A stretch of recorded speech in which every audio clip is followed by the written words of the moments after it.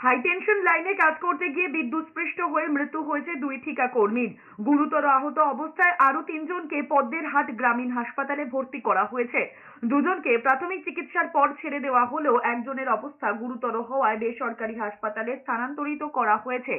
জানা গিয়েছে শুক্রবার সকালেও একসঙ্গে কাজে গিয়েছিলেন উত্তরপাড়ার নিজ গ্রামের 5 যুবক। ধামুয়া শ্যামপুর এলাকায় হাইটেনশন লাইনে একটি বিদ্যুতের খুঁটি লাগানোর কাজ করার সময় ভুলবশত ওই বিদ্যুতের খুঁটিতে বিদ্যুৎ চলে আসায় বিদ্যুৎস্পৃষ্ট হয়েছেন 5 ঠিকা কর্মী।